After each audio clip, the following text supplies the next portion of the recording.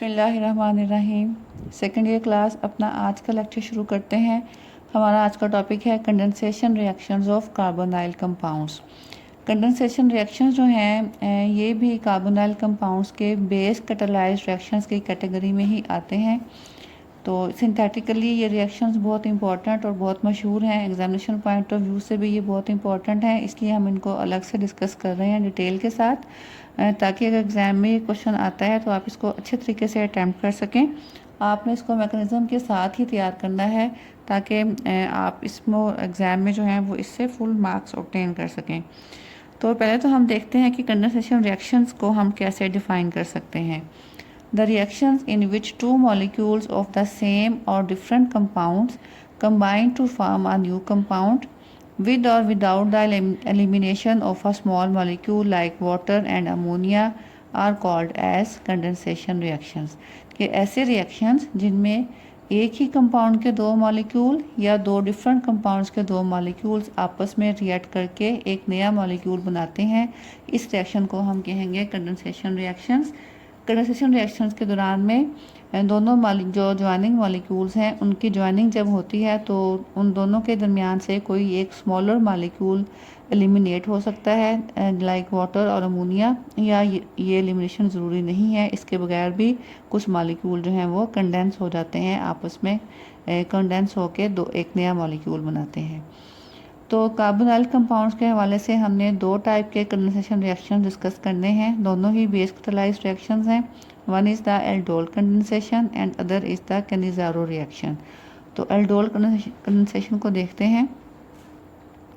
Aldol condensation जो है वो typically is shown by those aldehydes and ketones which have an alpha hydrogen atom in their structure. अब पहले तो आप ये देखें कि अल्फ़ा हाइड्रोजन एटम क्या होता है। अब ये देखें, ये एक मॉलिक्यूल है एसिटाल्डिहाइड का, इसमें ये कार्बोनाइल कार्बन है जो is called as the functional carbon. तो फंक्शनल कार्बन के बिल्कुल जो साथ कार्बन अटैच होती है इसको हम बोलते हैं अल्फ़ा कार्बन, और इस अल्फ़ा कार्बन की जो हाइड्रोजन्स हैं they will be called as alpha hydrogen. Similarly ये कीटोन है, तो कीटोन में आपके पास दोनों तरफ ये देखें कार्बन मौजूद हैं, ये वाली कार्बन भी अल्फ़ा कार्बन होगी और ये कार्बन भी अल्फ़ा कार्बन होगी। इसकी जो तीन हाइड्रोजन हैं they can be called as alpha hydrogen, और ये भी अल्फ़ा हाइड्रोजन हैं। तो इसके पास दोनों साइडों पे अल्फ़ा कार्बन्स मौजूद हैं। सो सिर्फ वही एल्डिहाइड्स और कीटोन ये रिएक्शन शो करते हैं एल्डोल कंडेंसेशन का जिनके पास एटलीस्ट एक अल्फ़ा हाइड्रोजन मौजूद हो। अब आप देखिए, ये फॉर्मल्डिहाइड का मॉलिक्यूल है, इसमें ये तो आपकी फंक्शनल कार्बन है, इसके साथ यहाँ पे भी हाइड्रोजन अटैच है और यहाँ पे भी कोई अल्फ़ा कार्बन मौजूद नहीं है। It means formaldehyde will not undergo the aldol condensation reaction. Similarly ये बेंज़ल्डिहाइड मॉलिक्यूल देखें, बेंज़ल्डिहाइड में ये आपकी फंक्शनल कार्बन है, इसके साथ एक तरफ अटैच है हाइड्रोजन, दूसरी तरफ अटैच है कार्बन, लेकिन इसमें अल्फ़ा कार्बन तो है लेकिन इस कार्बन के साथ कोई भी हाइड्रोजन अटैच नहीं है, क्योंकि इसकी देखें चार वैलेंसियाँ जो हैं वो ऐसे ही पूरी हो रही हैं by the attachment through carbon atoms, कहीं भी कोई हाइड्रोजन यहाँ पे अटैच नहीं है। तो इसमें भी क्योंकि कोई अल्फ़ा हाइड्रोजन नहीं है, it has no alpha hydrogen, so it will not also undergo the aldol condensation reaction. तो सिर्फ अल्फ़ा हाइड्रोजन वाली जो एल्डिहाइड्स और कीटोन्स हैं वो ये रिएक्शन शो करते हैं। अब हम देखते हैं मैकेनिज़्म क्या है एल्डोल कंडेंसेशन का। आपने इसका स्टेप वाइज मैकेनिज़्म समझना है, बहुत ही इजी और इंटरेस्टिंग मैकेनिज़्म है, और इसको मैकेनिज़्म के साथ ही आप लिखेंगे तो आप सही प्रोडक्ट बनाने के काबिल होंगे। अदरवाइज़ अगर आप विदाउट मैकेनिज़्म प्रोसीड करते हैं तो प्रोडक्ट बनाने में आपसे गलती होने के चांसेस बहुत ज़्यादा होते हैं। तीन स्टेप्स पे ये रिएक्शन जो है बेस करता है। First step is the extraction of proton from the substrate, यानी कि जो आपका एल्डिहाइड या कीटोन है वहाँ से एक प्रोटॉन की एक्सट्रैक्शन है टू प्रोड्यूस द कार्बोनाइन। ठीक है, ये सिंपली आप कह सकते हैं that first step is the production of carbanion. तो पहले स्टेप में ये जो हमारी बेस है, क्योंकि मैंने आपको कहा था कि ये बेस कैटालाइज्ड रिएक्शन है, तो ये बेस जो है अल्फ़ा कार्बन के ऊपर अटैक करती है to extract the hydrogen from alpha carbon. ये अल्फ़ा कार्बन से आप ये कह लें कि ये अल्फ़ा हाइड्रोजन के ऊपर अटैक करती है, उस हाइड्रोजन को टेकअप कर लेती है तो ये बेस जब हाइड्रोजन को टेकअप करेगी वाटर बन जाएगा, और यहाँ पे आपके पास कार्बन के साथ पहले 3 हाइड्रोजन थे, अब सिर्फ 2 हाइड्रोजन रह जाएंगी, CH3 C double bond O CH2 with a negative charge. क्योंकि हाइड्रोजन जो है वो अपना इलेक्ट्रॉन लेकर नहीं जाता है, तो इसलिए आपके पास इस कार्बन के ऊपर नेगेटिव चार्ज आ जाता है। This is called as a carbanion. ऐसी स्पीशीज जिनमें कार्बन के ऊपर नेगेटिव चार्ज हो उसको हम कार्बोनाइन कहते हैं। और फर्स्ट स्टेप आपका यही है, production of carbanion. Second step आपका है the attack of carbanion on the carbonyl group of other molecule. अब देखें, ये एक एसीटोन से बना हुआ कार्बोनाइन है, ये दूसरा एसीटोन मॉलिक्यूल है। तो ये कार्बोनाइन क्योंकि नेगेटिव चार्ज है, न्यूक्लियोफिलिक सेंटर है, तो ये न्यूक्लियोफिलिक सेंटर जो है वो दूसरे मॉलिक्यूल के इलेक्ट्रोफिलिक सेंटर के ऊपर, कार्बन के ऊपर अटैक करेगा। और जैसे ही नया बॉन्ड बनेगा इस कार्बन और इस कार्बन के बीच में, तो ये पाई बॉन्ड यहाँ से ब्रेकअप होके ऑक्सीजन के ऊपर नेगेटिव चार्ज की फॉर्म में आ जाएगा। अब ध्यान से देखिए प्रोडक्ट आपने कैसे बनानी है। ये देखिए, ये CH3 यहाँ लिखा है मैंने, ये इसका carbonyl group C double bond O, उसके बाद CH2। अब देखें CH2 कहाँ पे नया बॉन्ड बना रहा है, CH2 नया बॉन्ड बना रहा है इस कार्बन के साथ, तो मैंने ये लिखी कार्बन। अब इस कार्बन के साथ जो कुछ अटैच था वो आपने लिखना है। इसके साथ 2 मिथाइल ग्रुप अटैच हैं, ये 2 मिथाइल ग्रुप मैंने लिख दिए। ऑक्सीजन अटैच है, डबल बॉन्ड के थ्रू थी पहले, अब वो डबल बॉन्ड टूट के सिंगल बॉन्ड रह गया है, विद नेगेटिव चार्ज आ गया है ऑक्सीजन के ऊपर। तो ध्यान से आपने कार्बन एटम्स की अरेंजमेंट देखनी है कि किन किन 2 कार्बन के बीच में नया बॉन्ड बन रहा है, और उन कार्बन के साथ जो स्पीशीज पहले से अटैच हैं वो एज सच अटैच रहेंगी। अगला स्टेप है, ये जो आपके पास नेगेटिवली चार्ज ऑक्सीजन है, it takes up a proton from water. जो फर्स्ट स्टेप में वाटर बना था, यहाँ से ये प्रोटॉन लेगी, तो आपके पास ये नेगेटिवली चार्ज ऑक्सीजन जो है वो OH ग्रुप में कन्वर्ट हो जाएगी, बाकी सारा कुछ एज सच रहेगा।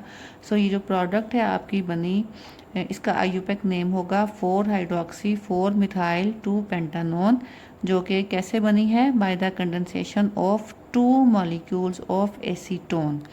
और इसमें अगर आप देखें तो इस कंपाउंड में 2 फंक्शनल ग्रुप हैं, एक ये कार्बोनाइल ग्रुप और दूसरा जो है वो हाइड्रोक्सिल ग्रुप, तो इसीलिए इसको एल्डोल कहा जाता है। एल्डोल से में एल्ड जो है एल्डिहाइड से, और ओल जो है वो अल्कोहल से, क्योंकि इसमें 2 फंक्शनल ग्रुप हैं, एल्डिहाइडिक ग्रुप और अल्कोहलिक ग्रुप, इसीलिए हम इसको एल्डोल बोलते हैं। और इसी प्रोडक्ट की बेस पे इसका नाम जो है वो एल्डोल कंडेंसेशन रखा गया है। सिमिलरली एक और मैकेनिज्म समझ लें आप, यहाँ पे मैंने शो की है कंडेंसेशन ऑफ 2 एसिटाल्डिहाइड मॉलिक्यूल्स। ठीक है, ये पहले एक एसिटाल्डिहाइड मॉलिक्यूल है, इसके ऊपर बेस अटैक करेगी। बेस जो है वो यहाँ से अल्फ़ा कार्बन के ऊपर अटैक करेगी, अल्फ़ा कार्बन की हाइड्रोजन के ऊपर अटैक करेगी to take up that hydrogen. तो जब ये हाइड्रोजन को टेकअप कर लेगी तो यहाँ पे 2 हाइड्रोजन रह जाएंगी with negative charge, CH2 C double bond OH, और ये बेस ने जो प्रोटॉन लिया तो ये वाटर बन जाएगा। अगले स्टेप में ये जो कार्बोनाइन प्रोड्यूस हुआ है, it will attack on the second molecule of acetaldehyde. तो ये जो नेगेटिव सेंटर था इस कार्बोनाइन का, ये दूसरे एल्डिहाइड मॉलिक्यूल के पॉजिटिव सेंटर के ऊपर यानी कि कार्बन के ऊपर अटैक करेगा। अब देखिए नया बॉन्ड जो है वो कहाँ कहाँ बनना है। ये CH3 इस मैंने इस एल्डिहाइड का लिखा है, इसकी ये कार्बन के साथ हाइड्रोजन पहले से अटैच थी, डबल बॉन्ड ऑक्सीजन के साथ जो था वो टूट के सिंगल बॉन्ड रह गया है और ऑक्सीजन के ऊपर नेगेटिव चार्ज आ गया है।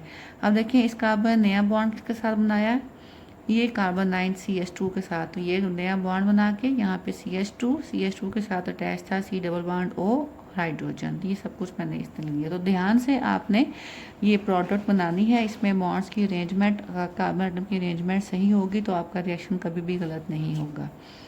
नेक्स्ट स्टेप सिंपल है, ये जो ऑक्सीजन एटम के ऊपर नेगेटिवली चार्ज है, नेगेटिव चार्ज जो है takes proton from water to form OH group, तो ये आपके पास एक एल्डोल बन जाता है। So it is all about the mechanism of aldol condensation. Hope so कि आपकी समझ में आ गया होगा, इसकी आपने अच्छे से प्रैक्टिस करनी है। अब देखते हैं दूसरी टाइप का जो रिएक्शन है, condensation reaction, it is called as Cannizzaro reaction. तो कैनिज़ारो रिएक्शन जो है ये भी एक बेस कैटालाइज्ड कंडेंसेशन रिएक्शन है, लेकिन डिफरेंस क्या है, ये कैनिज़ारो रिएक्शन जो है it is shown by those aldehydes and ketones which are not having alpha hydrogen, यानी कि ऐसे ऐसे एल्डिहाइड्स और कीटोन्स जो कि जिनके पास कोई अल्फ़ा हाइड्रोजन नहीं होती, वो ये रिएक्शन शो करते हैं. This reaction is actually is are disproportionation reaction. Condensation reaction से बेहतर है कि आप इसको कहें आर डिसप्रोपोर्शनेशन रिएक्शन. अब पहले तो आप ये देख लें कि डिसप्रोपोर्शनेशन रिएक्शन से क्या मुराद है. A reaction in which a species is simultaneously oxidised and reduced is called as disproportionation reaction. ऐसा रिएक्शन जिसमें एक ही स्पीशी जो है वो एक ही वक्त में ऑक्सीडाइज भी हो रही हो और रिड्यूस भी हो रही हो, उसको हम कहते हैं डिसप्रोपोर्शनेशन रिएक्शन. तो आगे मैं आपको बताती हूँ कि यहाँ पे कौन सी स्पीशी जो है वो ऑक्सीडाइज और रिड्यूस हो रही है, वो हम देखेंगे. पहले हम इसका मैकेनिज़्म देख लें. तो इस रिएक्शन में ऐसे दो मॉलिक्यूल्स जिनके पास कोई अल्फ़ा हाइड्रोजन नहीं होगी, वो आपस में कंबाइन करेंगे टू फॉर्म द प्रोडक्ट. एक प्रोडक्ट जो है that will be called as reduction product and the other will be called as the oxidation product. इसको डायरेक्ट मैकेनिज्म से मैं आपको समझाती हूँ ताकि आपको अच्छी तरह से समझ में आ जाए. ये फॉर्मेल्डिहाइड का एक मॉलिक्यूल है, HC डबल बॉन्ड OH. देखिए इसमें कोई भी अल्फ़ा कार्बन या अल्फ़ा हाइड्रोजन मौजूद नहीं है. तो जब बेस इसके ऊपर अटैक करेगा, बेस इसके इलेक्ट्रोफिलिक सेंटर के ऊपर अटैक करेगा, इन कार्बन के ऊपर, वी विल गेट HCH. ये तो पहले से अटैच थे कार्बन के साथ. अब कार्बन के साथ एक तरफ OH अटैच हो गया है और जो डबली बॉन्डेड ऑक्सीजन थी उसका एक डबल बॉन्ड टूट के ऑक्सीजन के ऊपर नेगेटिव चार्ज आ गया है. तो we produce an anion. First step में एक एनाइन प्रोड्यूस होता है.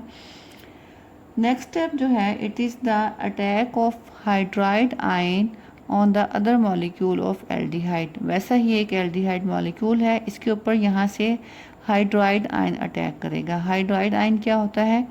A hydrogen with a negative charge is called as hydride ion. तो ये जो ऑक्सीजन के ऊपर नेगेटिव चार्ज है, ये हेल्प करता है इस मॉलिक्यूल से हाइड्राइड आयन को प्रोड्यूस होने में. ये नेगेटिव चार्ज यहाँ शिफ्ट होगा. जैसे ही डबल बॉन्ड यहाँ पे बहाल होगा तो ये हाइड्रोजन जो है विद इट्स इलेक्ट्रॉन यहाँ से अलग हो जाएगी, क्योंकि कार्बन की वैलेंसी 4 रहनी है. जब डबल बॉन्ड बनेगा तो कार्बन की 4 वैलेंसियाँ यहीं से पूरी हो जाएंगी. तो एक हाइड्रोजन जो है अपने इलेक्ट्रॉन के समेत यहाँ से अटैक करेगी इस कार्बन के ऊपर. It is the attack of hydride ion on carbonyl carbon. और जैसे ही ये नया बॉन्ड बनेगा between this hydrogen and carbon, यहाँ से ही डबल बॉन्ड ब्रेकअप हो जाएगा. तो अब देखें आपके पास क्या कुछ बाकी बना है. ये देखें यहाँ पे ये कार्बन के साथ हाइड्रोजन अटैच थी, एक हाइड्रोक्सिल अटैच था, एक ऑक्सीजन अटैच थी जो कि पहले सिंगल बॉन्ड के थ्रू अटैच थी, अब वहाँ पे डबल बॉन्ड बन गया. तो ये इतना मॉलिक्यूल यहाँ से अलग हो गया है. ये HC double bond OH, this is called as formic acid. ये वाला बॉन्ड यहाँ से टूट चुका है क्योंकि हाइड्रोजन यहाँ से इलेक्ट्रॉन पेयर के साथ अलग हो चुकी है. इसने नया बॉन्ड बनाया है इस कार्बन के साथ. अब देखिए यहाँ पे क्या बना है. कार्बन के साथ 2 हाइड्रोजन पहले से थी, एक तीसरी आ गई. यहाँ से वी गेट CH3 और इसके साथ ऑक्सीजन के साथ डबल बॉन्ड टूट के सिंगल बॉन्ड बाकी रह गया with a negative charge on oxygen. फिर we get this methoxide ion. तो आपके पास क्या बना? फॉर्मिक एसिड और मेथॉक्साइड आयन. अगले स्टेप में ये मेथॉक्साइड आयन जो है फॉर्मिक एसिड से प्रोटॉन ले लेता है, यहाँ से प्रोटॉन एक्सट्रैक्ट करके कन्वर्ट हो जाता है मेथानॉल में. और ये जो फॉर्मिक एसिड है ये कन्वर्ट हो जाता है फॉर्मेट आयन में. तो ये एंड प्रोडक्ट क्या है आपके पास? एक अल्कोहल मॉलिक्यूल आपके पास बना और एक आपके पास बना ये फॉर्मेट आयन जो कि वाटर के साथ रिएक्ट करके फॉर्मिक एसिड में आसानी से कन्वर्ट हो जाता है. यानी कि आप कह सकते हैं कि एक आपके पास कार्बोक्सिलिक एसिड बना. तो ये जो अल्कोहल है it is the reduction product. Aldehydes जो हैं जब रिड्यूस होते हैं तो ये अल्कोहल देते हैं. और जो आपके पास एसिड बना है या आयन बना है it is called as the oxidation product, क्योंकि एल्डिहाइड्स जब ऑक्सीडाइज होते हैं तो कार्बोक्सिलिक एसिड देते हैं. तो इसीलिए क्योंकि एक मॉलिक्यूल जो है वो रिड्यूस होके अल्कोहल में कन्वर्ट हो रहा है, दूसरा मॉलिक्यूल जो है एल्डिहाइड का ऑक्सीडाइज होके कार्बोक्सिलिक एसिड में कन्वर्ट हो रहा है. तो इसीलिए हम इसको बोलते हैं डिसप्रोपोर्शनेशन रिएक्शन, जिसमें एक ही टाइप के मॉलिक्यूल जो हैं वो ऑक्सीडाइज भी हो रहे हैं और रिड्यूस भी हो रहे हैं. So it's all about the Cannizzaro reaction. इसके साथ ही हमारे जो है base catalysed nucleophilic addition reaction complete होते हैं एल्डिहाइड्स और कीटोन्स के। नेक्स्ट लेक्चर में हम स्टार्ट करेंगे एसिड कैटालाइज्ड एडिशन रिएक्शंस। उस वक्त तक के लिए अल्लाह हाफिज़।